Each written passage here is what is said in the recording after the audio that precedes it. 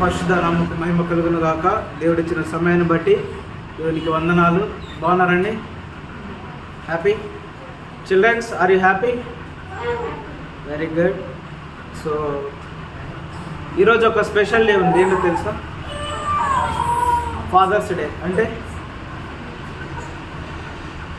ఏంటి father's day అంటే ఏంటి? Chintu, what does it mean to be father's day? Paul don't know. Soni నువ్వు చెప్తావా? రైట్. ఆ పిల్లలకి ఫాదర్స్ డే అంటే ఊరికే పట్టుకుంటారు, ఏడిపోతారు, బెదర పెడతారు, కోపడతారు కదా. So today is father's day. Of course, everybody will remember their own fathers. But the thing is, as a Christian, we should remember our eternal Father, our spiritual Father. అంటే ఈ లోకపరంగా ఈరోజు ప్రతి ఒక్కరు కూడా తమ యొక్క తండ్రులను జ్ఞాపకం చేసుకుంటారు. వారు చేసినటువంటి పనులను జ్ఞాపకం చేసుకుంటారు.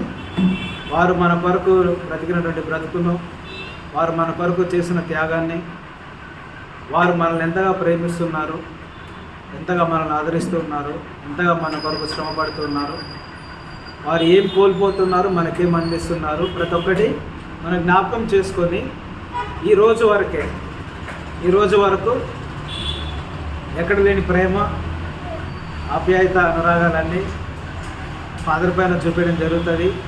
ఈరోజు ఒక మాట అనడానికి కూడా ఇష్టపడరు, ఎవరు కోపడడానికి ఇష్టపడరు పిల్లలు. మళ్ళీ ఈరోజు అయిపోగానే కథం యాజ్ యూజువల్ కదా. అట్లీస్ట్ వీ హ్యాపీ దట్ ఒకరోజన్నా మనం వారిని గౌరవిస్తున్నాం. అంటే గౌరవించట్లేదని కాదు, కానీ special care, we are taking special care today, only for today. అంటే ఈరోజు మాత్రమే మనము ఒక ప్రత్యేకమైన శ్రద్ధ తీసుకుంటాం తల్లిదండ్రుల పట్ల, ఎస్పెషల్లీ తండ్రి పట్ల. అయితే అఫ్కోర్స్ దేవుడు కొంతమందిని తండ్రిని ఉంచాడు, కొంతమందిని తీసుకున్నాడు. సో ఏదైనా దేవుని చిత్తం. వాస్తవానికి ఫాదర్స్ డే అయినా, మదర్స్ డే అయినా, ఏ డే అయినా కొంతమందికి హ్యాపీనెస్ సైలెంట్లో పెట్టాలి, కొంతమందికి సంతోషం ఉంటుంది, కొంతమందికి అదే రోజు దుఃఖం ఉంటుంది. ఎవరైతే తల్లిదండ్రులు కలిగి ఉన్నారో, సార్ హలో, ఎవరైతే తల్లిదండ్రుల్ని కలిగి ఉన్నారో వారు సంతోషంగా ఉంటారు. ఎవరైతే తల్లిదండ్రులు లేరో, తండ్రి లేడో, వాళ్ళకి ఏమొస్తుంది ఈరోజు? ఎందుకు అంటే అందరూ వాళ్ళ తండ్రులని సెలబ్రేట్ చేసుకుంటున్నారు, వాళ్ళు హ్యాపీగా ఉన్నారు. నాకు మాత్రం నా నాన్న లేడు, నా తండ్రి లేడు, ఉంటే బాగుండే, మంచిగా అన్నీ చూసుకోవడానికి, అన్నీ చేసుకోవడానికి, నేను కూడా మంచిగా ఉందనే అనేటువంటి ఆలోచన. ఏది ఏమైనా ఈరోజు దేవునితో చెప్తున్న మాట ఏంటంటే, తండ్రి ఉన్నవారికైనా, తండ్రి లేని వారికైనా ఈరోజు దేవుడు ఏం చెప్తున్నాడు తెలుసా? నీకు ఉన్నా లేకపోయినా నీ పరమ తండ్రి నీతో ఉన్నాడు. నువ్వు బాధపడాల్సిన అవసరం లేదు, నువ్వు దిగులు చెందాల్సిన అవసరము లేదు. ఇహలోకపరమైన తండ్రి లేకపోవచ్చు, కానీ నీ పరమ తండ్రి నీతో ఎప్పుడు ఉంటాడు. కాబట్టి దాని గురించి మనము ఎల్లప్పుడూ ప్రభువునందు ఆనందించాలి, సంతోషించాలి. Right, having said this, let us enter into our portion. ఈరోజు కొరకై మనం ఏర్పాటు చేయబడిన లేఖన భాగంలోనికి మనం వెళ్దాము. ఈరోజు ఇద్దరు వ్యక్తులు నేను చూపిస్తాను. ఆ ఇద్దరు వ్యక్తులు తండ్రులే. అయితే వారి ప్రేమ ఎలా ఉన్నది, వారి జీవితం ఎలా ఉన్నదో, వారి కుమారులకు ఏం చేస్తారో మనం చూద్దాం. లాస్ట్ వీక్ మనం ఏం నేర్చుకున్నాం? Can anyone remember? ఏం నేర్చుకున్నాం లాస్ట్ వీక్? అబ్రహాం జీవితం గురించి. Very good. సో 3 పాయింట్ నేర్చుకున్నాం. ఆ అబ్రహాం జీవితంలోనే అల్టిమేట్గా వచ్చిన ఆశీర్వాదం ఏంటి? వెరీ గుడ్, గర్భఫలం. ఎవరు వచ్చారు అబ్రహాంకి? శారాకి కుమారుడు ఇస్సాకు. అంటే భర్తగా ఉన్న వ్యక్తి ఎలా మార్పు చెందాడు? తండ్రిగా. కదా. ఏ వయసులో తండ్రిగా మార్పు చెందాడు తెలుసా? 100 సంవత్సరాలు అప్పుడు. అసలు ఊహించడానికే ఆశ్చర్యం కదా. 100 సంవత్సరాలకు తండ్రిగా ప్రమోట్ అయినాడు అబ్రహాం. తండ్రిగా ప్రమోట్ అయినాడు అంటే ఆ స్థితికి వెళ్ళినాడు తండ్రిగా 100 సంవత్సరాల తర్వాత. ఆ 100 సంవత్సరాలకు ముందు కూడా అబ్రహాం కేవలం ఒక భర్తే, తండ్రిగా పిలవబడ్డాడు. కానీ 100వ సంవత్సరంలో అబ్రహాము తండ్రిగా పిలవబడ్డాడు. సో ఆ అబ్రహాం కుమారుడు ఎవరండి? ఇస్సాకు. ఇప్పుడు కమింగ్ టు ద పాయింట్, ఈరోజు ఫాదర్స్ డే సందర్భంగా తండ్రి అయినటువంటి అబ్రహాం గురించి మనం నేర్చుకున్నాం. ఇన్ ద సేమ్ వే యేసుక్రీస్తు వారు తండ్రి ఉన్నాడు. ఆయనకు ఉన్నాడా? యేసుక్రీస్తు వారికి తండ్రి అంటే ఈ లోక పరంగా కాకుండా కామన్గా జనరల్గా ఆయన పరిశుద్ధాత్మ వల్ల జన్మించాడు. అయినప్పటికీ బైబిల్ ప్రకారము పరమ తండ్రి ఎవరై ఉన్నారు? యెహోవా దేవుడు. అందుకే యోహాను సువార్తలో ఏం చూస్తాము? దేవుడు లోకమునగా ఎంతో ప్రేమించను కాగా ఆయన తన అద్వితీయ కుమారునిగా అంటే యేసుక్రీస్తు వారి యొక్క తండ్రి ఎవరు? తండ్రి, కుమార, పరిశుద్ధాత్మ. సో ఆయన తండ్రిగా పిలువబడుతున్నటువంటి యెహోవా దేవుడు ఈ భూలోకానికి కుమారుని అనుగ్రహించాడు.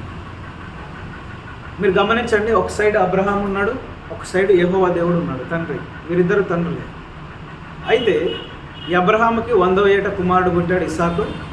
ఈ తండ్రి లోకానికి ఎవరిని పంపించాడు? కుమారునిగా యేసుక్రీస్తు.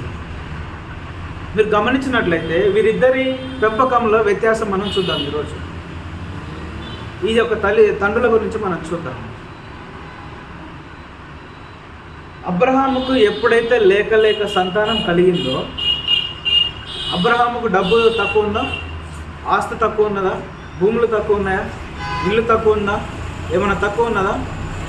సో ఒక రాజకుమారునిగా ఆ 100వ సంవత్సరంలో పుట్టిన కుమారుని పెంచుకుంటూ వస్తున్నాడు. ఎవరు? అబ్రహాం. గారాబంగా పెంచుకుంటూ వస్తున్నాడు, ఎంతో ప్రేమతో. ఒక్కడే కాబట్టి ఎంత ప్రేమగా చూసుకుంటారు కదా, ఎంత గారాబం చేస్తారు కదా. సో ఆ ఒక్కడిని తన కలిగి ఉన్న దాంట్లో ప్రతి ఒక్క దాంట్లో అన్నిటికంటే మొదటి ప్రయారిటీ ఇస్సాకుకి ఇస్తూ పెంచుతూ వస్తున్నాడు. నాకు తెలిసి ఎప్పుడైతే ఇస్సాకు పుట్టాడో బహుశా మేబీ దేవునికి అబ్రహాముకి కొంత గ్యాప్ వచ్చిందేమో. అర్థమైందా? అబ్రహాముకి కుమారుడు లేడు కాబట్టి ప్రతి నిత్యము అబ్రహాము దేవునితోటే సహవాసం చేసినాడు. ఎప్పుడైతే అబ్రహాముకు ఇస్సాకు జన్మించాడో ఇప్పుడు ఫోకస్ అంతా ఎటు షిఫ్ట్ అయింది? కుమారుని పైకి షిఫ్ట్ అయింది. తండ్రి ఫోకస్ అంతా ఇప్పుడు ఎటు ఫోకస్ లేదు? తండ్రి వైపు లేదు, దేవుని వైపు లేదు. బహుశా ఈ యొక్క కుమారుని పరిపాలనలో తండ్రి దేవుని మర్చిపోయినట్టుందేమో బహుశా, నేను అనుకుంటున్నాను. ఆ క్రమంలో అనుకోని రీతిలో ఒక తండ్రికి ఎప్పుడూ లేనటువంటి పరీక్ష వచ్చింది. ఏంటో తెలుసా?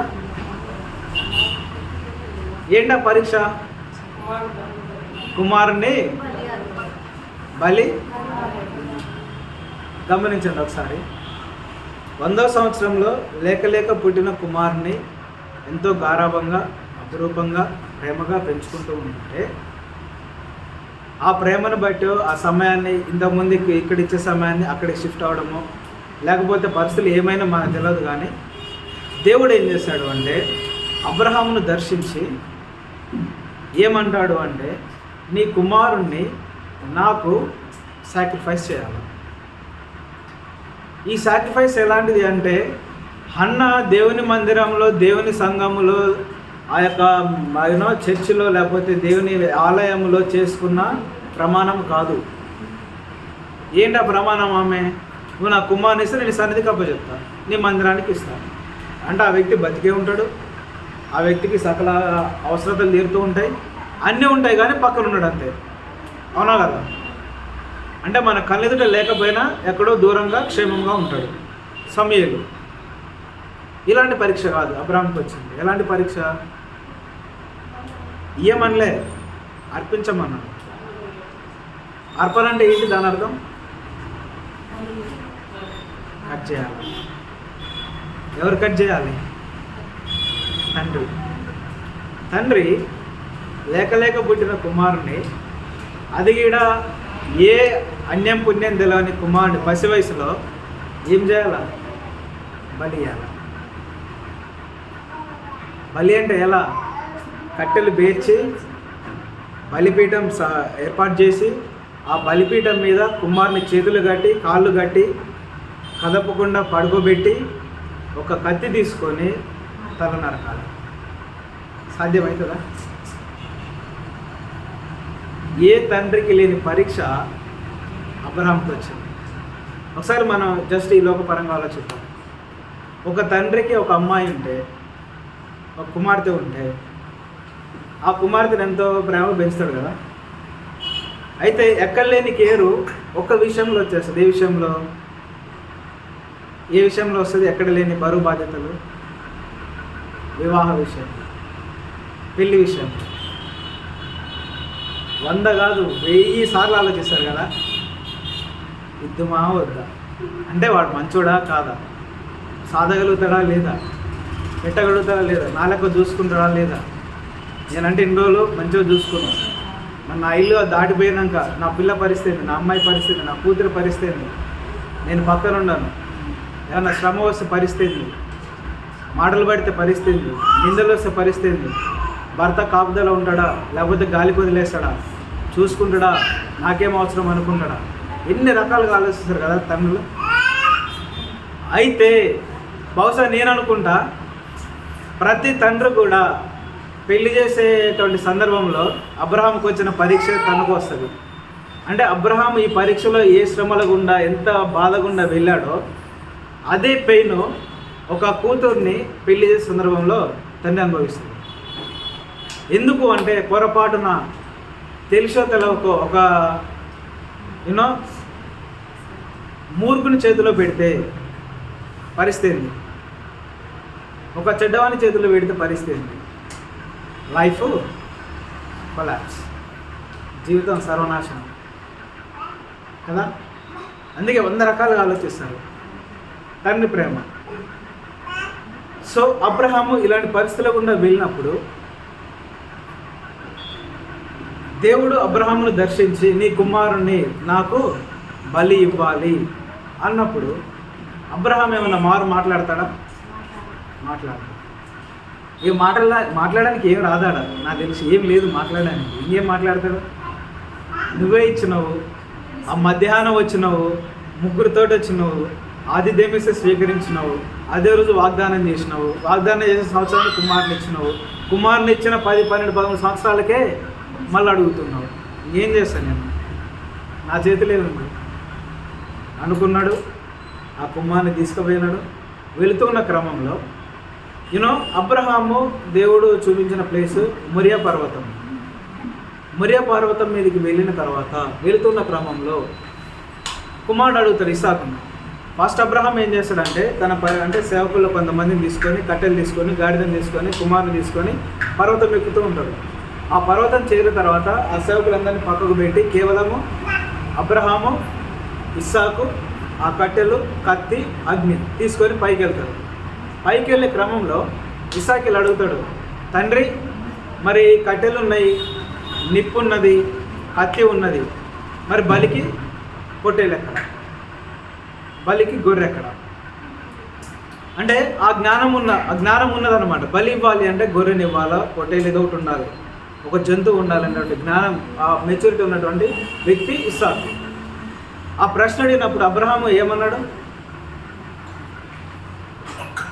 ఏం బాధపడకు, దేవుడే చూసుకుంటాడు, యెహోవానే ఇస్తాడు, సమకూరుస్తాడని ఒక నమ్మకంతో అబ్రహాము ఇస్సాకుని తీసుకొని పైకి వెళ్తాడు. పైకి వెళ్ళిన తర్వాత అంత సెట్ చేసినాక అర్థమైంది, సీన్ అర్థమైంది ఇస్సాకు. ఎప్పుడు అర్థమైంది అంటే ఎప్పుడైతే ఇస్సాకు చేతులు కట్టేశాడో, కాళ్ళు కట్టేసి ఆ బలిపీఠం మీద పడుకోబెట్టాడో ఇస్సాకుని, ఇస్సాకు అర్థమైంది సీన్. బలి ఎవరో కాదు, నేనే. మరి ఆయన గోల చేసినాడా ఇస్సాకు? మీరు గమనించండి, ఒక చిన్న వయసులో ఉన్న కుమారుడు తన తండ్రి బలిస్తున్నాడని తెలిసినప్పుడు ఎంత విధేయతగా లోబడ్డాడు కదా, ఎంత విధేయతగా. తండ్రి నువ్వు ఇస్తా అంటే నేను ఒప్పుకున్నా, నేనేం మాట్లాడను. దేవుని దగ్గర అబ్రహాం మాట్లాడాలి, నోరు తెరవాలి. అబ్రహాం దగ్గర కుమారుడు నోరు తెరవాలి. కామ్గా ఉన్నాడు. సరే నువ్వు ఇస్తానే నేను ఇచ్చేసాను. ఎప్పుడైతే అబ్రహాము నరకడానికి బలి ఇవ్వడానికి కత్తి పైకి లేపి వేయబోయాడో ఒక వాయిస్ వచ్చింది, అబ్రహామా ఇందువలన నీవు నాకు భయపడుచున్నావని నేను నమ్ముచున్నాను. ఇందువలన నువ్వు నా పైన విశ్వాసం ఉంచాలని నేను నమ్ముచున్నాను. కారణం ఏంటంటే లేక పుట్టిన కుమారుని కూడా నువ్వు నా కొరకు బలి ఇవ్వడానికి సిద్ధపడ్డావు. క్రియలతో కూడిన విశ్వాసం, క్రియలతో కూడిన భక్తి, భయం అబ్రహాం కనపరిచాడు. ఇది ఒక భాగం ఉంచండి. ఇలా ఇప్పుడు యేసుక్రీస్తు వారి యొక్క కొత్త క్రిస్మస్ అయిపోయిన తర్వాత యేసుక్రీస్తు పుట్టాడు కదా. యేసుక్రీస్తు పుట్టిన తర్వాత ఆయన 12వ ఏట వరకు తల్లిదండ్రుల ఆధీనంలో ఉన్నారు. మరలా ఇహలోక పరంగా యేసుక్రీస్తు వారు జన్మించలే, కానీ పరిశుద్ధాత్మ వలన మరియ గర్భము ధరించి కుమారుని కానింది. ఆ కుమారునికి ఇహలోక పరంగా ఒక గార్డియన్గా, ఒక సంరక్షకునిగా యోసేపు మరియలు పెంచుతూ వస్తున్నారు. మీరు ఒకసారి గమనించండి, ఒక తండ్రి ఒక కుమారుని బాధ్యత ఎంతవరకు తీసుకుంటాడు, ఏ ఏజ్ వరకు తీసుకున్నాడు చెప్పగలరు ఎవరన్నా? మీ కుమారుడు ఉన్నాడు కదా, ఒక తండ్రి ఈ కుమారుని బాధ్యత ఏ వయసు వరకు మీరు తీసుకుంటారు, తర్వాత వదిలేస్తారు? సారీ, మ్యారేజ్ వయసు అంటే మినిమం 25, 26, సరే అరౌండ్ 30, 30 సంవత్సరాలు అయిపోయిన తర్వాత వదిలేస్తాడు కదా చేతికి. నీకు నాకు సంబంధం లేదంటాడా? మరి అదే వదిలేస్తాడంటే ఏ ఏజ్ వరకు తండ్రి ఒక కుమారుని వదిలేస్తాడు చెప్పండి? మీరు పెళ్లి కాగానే వదిలేస్తారా మీ కుమారులని? వదిలేరు కదా. నాకు తెలిసి ఒక తండ్రి 2 సందర్భాలు, ఒకటి తండ్రి చనిపోయేంత వరకైనా లేదా ఆ కుమారుడు చనిపోయేంత వరకైనా, అంతే. అంతవరకు కూడా ఎవ్వరు వదలరు. నువ్వు ఎన్ని తప్పులు చేయి, ఎన్ని మిస్టేక్స్ చేయి, నువ్వు ఎంతైనా తిట్టు, నువ్వు పుట్టు, ఏదైనా చేయి, కానీ వదిలిపెట్టాలి. నాకేం అవసరం అని వదిలిపెట్టాలి. Even not only son, daughter also. అంటే కుమార్తె అయినా బేసిక్లీ మీరు కుమారుని పట్ల పెళ్లి వరకు అంటున్నారు, కానీ అది కాదు. మనం అసలు అనుకోవాల్సింది పెళ్ళైనంత వరకే కుమార్తె పట్ల బాధ్యత అనుకుంటారు కామన్గా. కానీ ఒక తండ్రి పెళ్ళైన తర్వాత అసలైన బాధ్యత స్టార్ట్ అవుతుంది. అవునా కాదా? నిజమైన ఒక తండ్రికి పెళ్లి తర్వాత కుమార్తె పట్ల అసలైన బాధ్యత స్టార్ట్ అవుతుంది. ఎందుకంటే ఇన్ని రోజులు కళ్ళ ముందులు ఉంది కాబట్టి లైట్. ఇప్పుడు ఒకళ్ళ చేతిలో పెట్టాక అప్పుడు నిజమైనటువంటి బాధ స్టార్ట్ అవుతుంది, బాధ్యత స్టార్ట్ అవుతుంది. ఏం తింటుందో, ఎలా ఉందో, ఏం చేస్తుందో, ఎన్ని పరిస్థితులు. సో అలాంటి పరిస్థితి అయితే, అంటే ఇహలోకపరంగా మనం ఒక కుమారునైనా కుమార్తెనైనా వారు చనిపోయేంత వరకు లేదా మనం చచ్చేంత వరకు బాధ్యతగా చూసుకుంటాం. కానీ యేసుక్రీస్తు వారి దగ్గరికి వస్తే ఇది జరగలేదు. ఇది జరగలేదు యేసుక్రీస్తు వారికి. మనం లేఖనాలు గమనించినట్లయితే బాగా శ్రద్ధగా వినండి. యేసుక్రీస్తు వారు జన్మించిన తర్వాత శ్రమలు స్టార్ట్ అయినాయి. అదే రోజు చిన్న వయసులోనే హేరోదు రాజు ఏం చేశాడు? చంపాలని చూసినాడు. అంటే మంత్స్, ఇయర్స్లోనే చంపేయాలని చూసినాడు. శ్రమలు స్టార్ట్ అయినాయి. ఆ తర్వాత 12 సంవత్సరాలు వచ్చేంత వరకు తల్లిదండ్రులతో ఉన్నాడు యేసుక్రీస్తు వాడు. ఆ తర్వాత ఎప్పుడైతే ఆయన 12 సంవత్సరాల తర్వాత ఆయన ఎదుగుతూ వస్తున్నప్పుడు తండ్రి ఏం చేశాడంటే స్లోగా ఎప్పుడైతే యేసుక్రీస్తు వారు ఎదుగుతూ ఉన్నారో తండ్రి యేసుక్రీస్తు వారిని వదిలేయడం ప్రారంభించాడు. అంటే దాని అర్థం ఏంటో తెలుసా? ఈ స్టేట్మెంట్ అర్థమైందా? పరలోకపు తండ్రి యేసుక్రీస్తు వారిని వదిలేయడం స్టార్ట్ చేసింది. దాని అర్థమైందో తెలుసా? మీరు ఒకసారి గమనించండి తండ్రి ప్రేమ ఎలాంటి. ఎప్పుడైతే యేసుక్రీస్తు వారు బాప్తిసం తీసుకున్నారో పూర్తిగా వదిలేసింది తండ్రి. అంటే ఎలా వదిలేశాడు అంటే,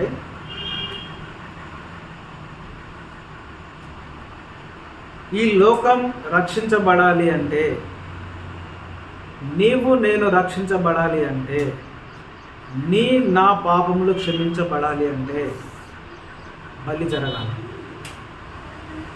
బలి అర్పణ కావాలి.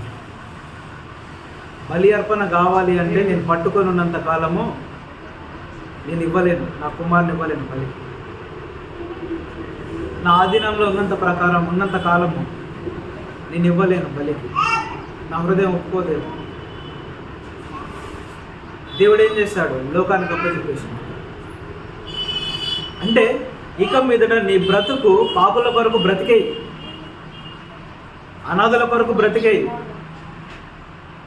లోకంలో ఉన్నటువంటి వారి కొరకు బ్రతుకు, నశించిపోయే వారి కొరకు బ్రతుకు, పాపములో మగ్గిపోయే వారి కొరకు బ్రతుకు, ఇహలోక పరంగా శ్రమలలో నలిగిపోయే వారి కొరకు బ్రతుకు.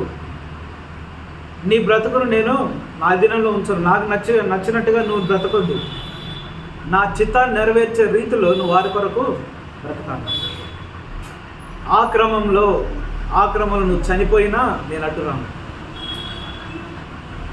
తండ్రి ప్రేమ చూడండి ఒకసారి. ఇక్కడ యేసుక్రీస్తు వారిని ఈ తండ్రి పరిపూర్ణంగా అప్పచెప్పేసింది లోకానికి. అందుకే మత్తయి సువార్త 27వ అధ్యాయంలో మనం చూస్తాం, ఒక మాట ప్రార్థన చేస్తారు. ఏమని? యేసుక్రీస్తు వారు, నా దేవా నా దేవా నా చేయందుకు విడిచితి. ఒకసారి గమనించండి, ఈ లోకాన్ని రక్షించడానికి ఈ పరమ తండ్రి తన కుమారుని చెయ్యి విడిచాడు. ఎంత గొప్ప ప్రేమ చూడాలి. అంటే ఇక్కడ మనం గమనించినట్లయితే తన కుమారుని కన్నా ఎక్కువగా ఎవరిని ప్రేమిస్తున్నాడు దేవుడు? నిన్ను నన్ను ప్రేమిస్తున్నాడు. ఆ పరమ తండ్రి నీకున్నాడు. ఈరోజు నువ్వు భయపడాల్సిన అవసరము లేదు. నువ్వు ఏ విషయంలోనూ దిగులు పడాల్సిన అవసరము లేదు. ఒకవేళ ఈరోజు వాక్యం వింటున్న నీకు ఇహలోకపరంగా తండ్రి లేకపోవచ్చేమో, ఇహలోకపరమైన తండ్రి ప్రేమను పొందుకోలేకపోవచ్చేమో. కానీ ఈరోజు దేవుడు నీతో చెప్తున్నాను, ఒక్కసారి నువ్వు మనస్ఫూర్తిగా నా వైపు చూస్తే నా ప్రేమను అనుభవిస్తావు, నా సన్నిధిని నువ్వు అనుభవిస్తావు, నా తోడును నువ్వు అనుభవిస్తావు అంటున్నాను దేవుడు. ఒకసారి మనం గమనించినట్లయితే అబ్రహాము ఇస్సాకును బలి అర్పించడానికి ఏర్పాటు చేయబడిన స్థలము ఆ పర్వతమే. అదే పర్వతం మీద ఎక్కడైతే దేవుడు అబ్రహాము హస్తాన్ని ఆపాడో బలి అర్పించకుండా, కొన్ని వందల సంవత్సరాల తర్వాత అదే పర్వతం మీద, అదే ప్రాంతంలో, అదే బలి సందర్భంలో ఈసారి దేవుడు చెయ్యి అడ్డుపెట్టాడు. అర్థమైందా లాజిక్? అబ్రహాము ఇస్సాకును ఎక్కడైతే బలి అర్పించడానికి తీసుకెళ్ళాడో అదే ప్రాంతంలో ఇస్సాకును బలి అర్పించే సందర్భంలో అబ్రహాము ఎప్పుడైతే చెయ్యి పైకెత్తి కత్తి వేయడానికి ఆయన పూనుకున్నాడో ఆ క్షణంలో దేవుడు చేయడ్డు పెట్టాడు, వద్దు అని. కొన్ని వందల సంవత్సరాల తర్వాత అదే ప్రాంతంలో, అదే స్థలంలో, అదే కల్వరి శిలువలో బలి అర్పణ కోసం యేసుక్రీస్తు వారు బలి పశువుగా ఉన్నప్పుడు ఈసారి పరమ తండ్రి చేయడ్డు పెట్టాడా? యేసుక్రీస్తు చనిపోవద్దని ఈసారి అడ్డుపల్లె. ఈసారి చెయ్యి విడిచేసినప్పుడు నీకు నాకు సంబంధం లేదు. ఎందుకో తెలుసా? నీవు నేను చేసిన పాపములు క్షమించబడాలి అంటే యేసుక్రీస్తు వారు తండ్రి చేయి పట్టుకున్నంత కాలము అది జరగదు. ఏం కావాలా? యేసుక్రీస్తు వారు మరణిస్తే మనము క్షమించబడతాం. యేసుక్రీస్తు వారు మరణిస్తే, ఆ త్యాగం జరిగితే, ఆ బలి జరిగితే అక్కడ పాపక్షమాపణ వస్తుంది లోకానికి. అందుకోసం అని దేవుడు ఏం చేస్తాడు, ఈసారి బలిని ఆపలేదు. యేసుక్రీస్తు వారు మరణించారు. ఈరోజు మనం నేర్చుకోవాల్సిన విషయం ఏంటంటే, ఇహలోక పరంగా తల్లిదండ్రులు ఉన్నప్పటికీ మన పరమ తండ్రి ప్రేమను ఒకసారి మనం అర్థం చేసుకోవాలి. ఎలా ఉంది ఆయన ప్రేమ ఏంటి? ఆయన మన కొరకు ఏం చేస్తూ ఉన్నాడు, ఏమిస్తూ ఉన్నాడు, ఎలా పోషిస్తూ ఉన్నాడు, ఎలా సంరక్షిస్తూ ఉన్నాడు, మనమన్నిటినీ జ్ఞాపకం చేసుకోవాలి. అబ్రహాము తన కుమారునికి సమస్తము ఇచ్చాడు, కానీ ప్రాణాన్ని మాత్రం ఇవ్వలేకపోయాడు. ఆ ప్రాణభిక్ష పెట్టింది ఇక్కడ ఎవరు? మరలా పరమ తండ్రి. ఈ యొక్క సిచ్యువేషన్లో కూడా కుమారుడైన యేసుక్రీస్తు వారు కూడా ఆ బలి అర్పణలో, ఆ యొక్క ప్రాంతంలో కల్వరి శిలువలో మరణిస్తున్న సందర్భంలో యేసుక్రీస్తు వారికి ఆయన ప్రాణాన్ని కట్టుపడలే తండ్రి. ఆయన మరణించిన తర్వాత మరలా తిరిగి లేచాడు. ఆయన ఒకసారి మనం గమనించాలి. ఈరోజు మనం నేర్చుకోవాల్సిన విషయం ఏంటంటే, ఇహలోక పరంగా నీ తండ్రి ఎలాగైతే నేను ప్రేమిస్తూ ఉన్నాడో అంతకు మించిన ప్రేమ నీ పరమ తండ్రి దగ్గర ఉంది. అది నువ్వు గమనిస్తున్నావా? నీకేదైనా శ్రమ వస్తే, నిందలు వస్తే, అవమానాలు వస్తే, దుఃఖం వస్తే, భయం అయితే నువ్వు ఒంటరిగా దిగులు పడి ఏడుస్తున్నావా? లేదా నీ పరమ తండ్రి వైపు పోతున్నావా? ఆయనను చూస్తూ ఉన్నావా? ఆయనను జ్ఞాపకం చేసుకుంటూ ఉన్నావా? ఈరోజు ఫాదర్స్ డే సందర్భంగా దేవుడు నీతో చెప్తూ ఉన్నాడు, నువ్వు భయపడాల్సిన అవసరము లేదు.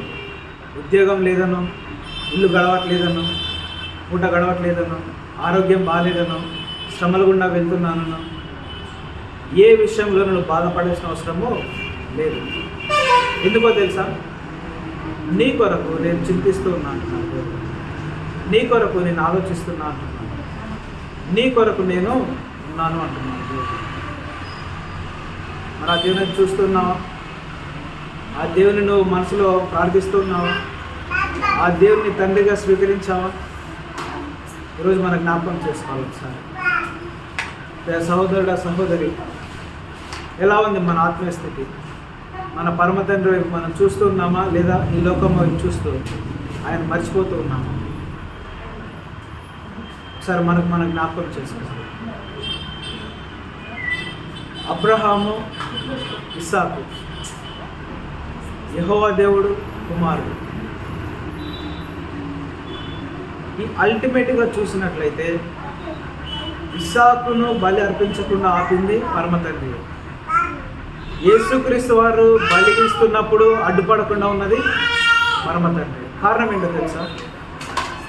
నిన్ను నన్ను రక్షించడానికి. అది ఆయన ప్రేమ. నిన్ను నన్ను ప్రేమించడానికి ఆయన కుమారుని బలిగా అర్పించు. నిన్ను నన్ను చేర్చుకోవడానికి ఆయన కుమారుని బలిగా అర్పించు. నా పాపములు క్షమించడానికి ఆయన కుమారుని బలిగా అర్పించు. నా కొరకు ఆయన కుమారుని చేతులు పెట్టాడు. ఇంత ప్రేమిస్తున్నాడు. ఆయనను ప్రేమిస్తున్నావా?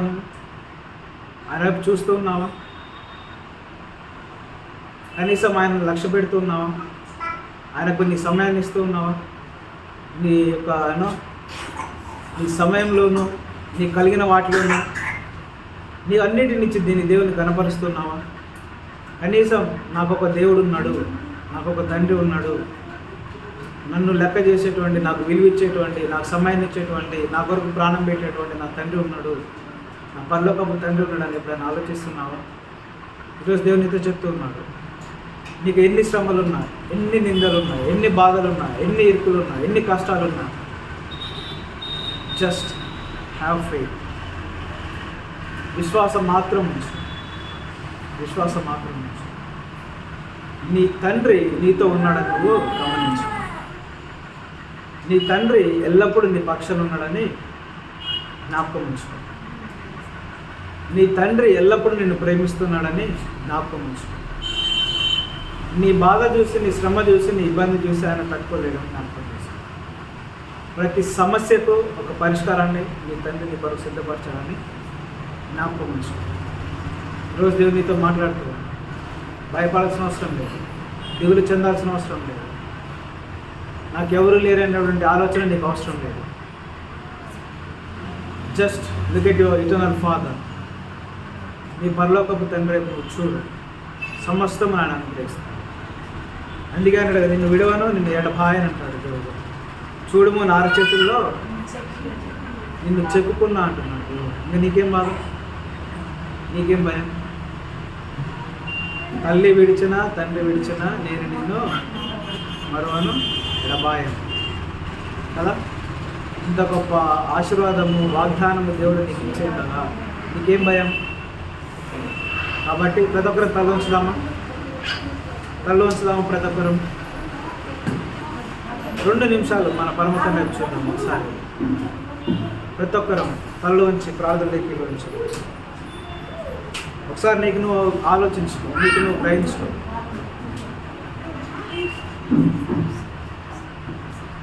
ఒకసారి నీకు నువ్వు గ్రహించు, ప్రార్థించు.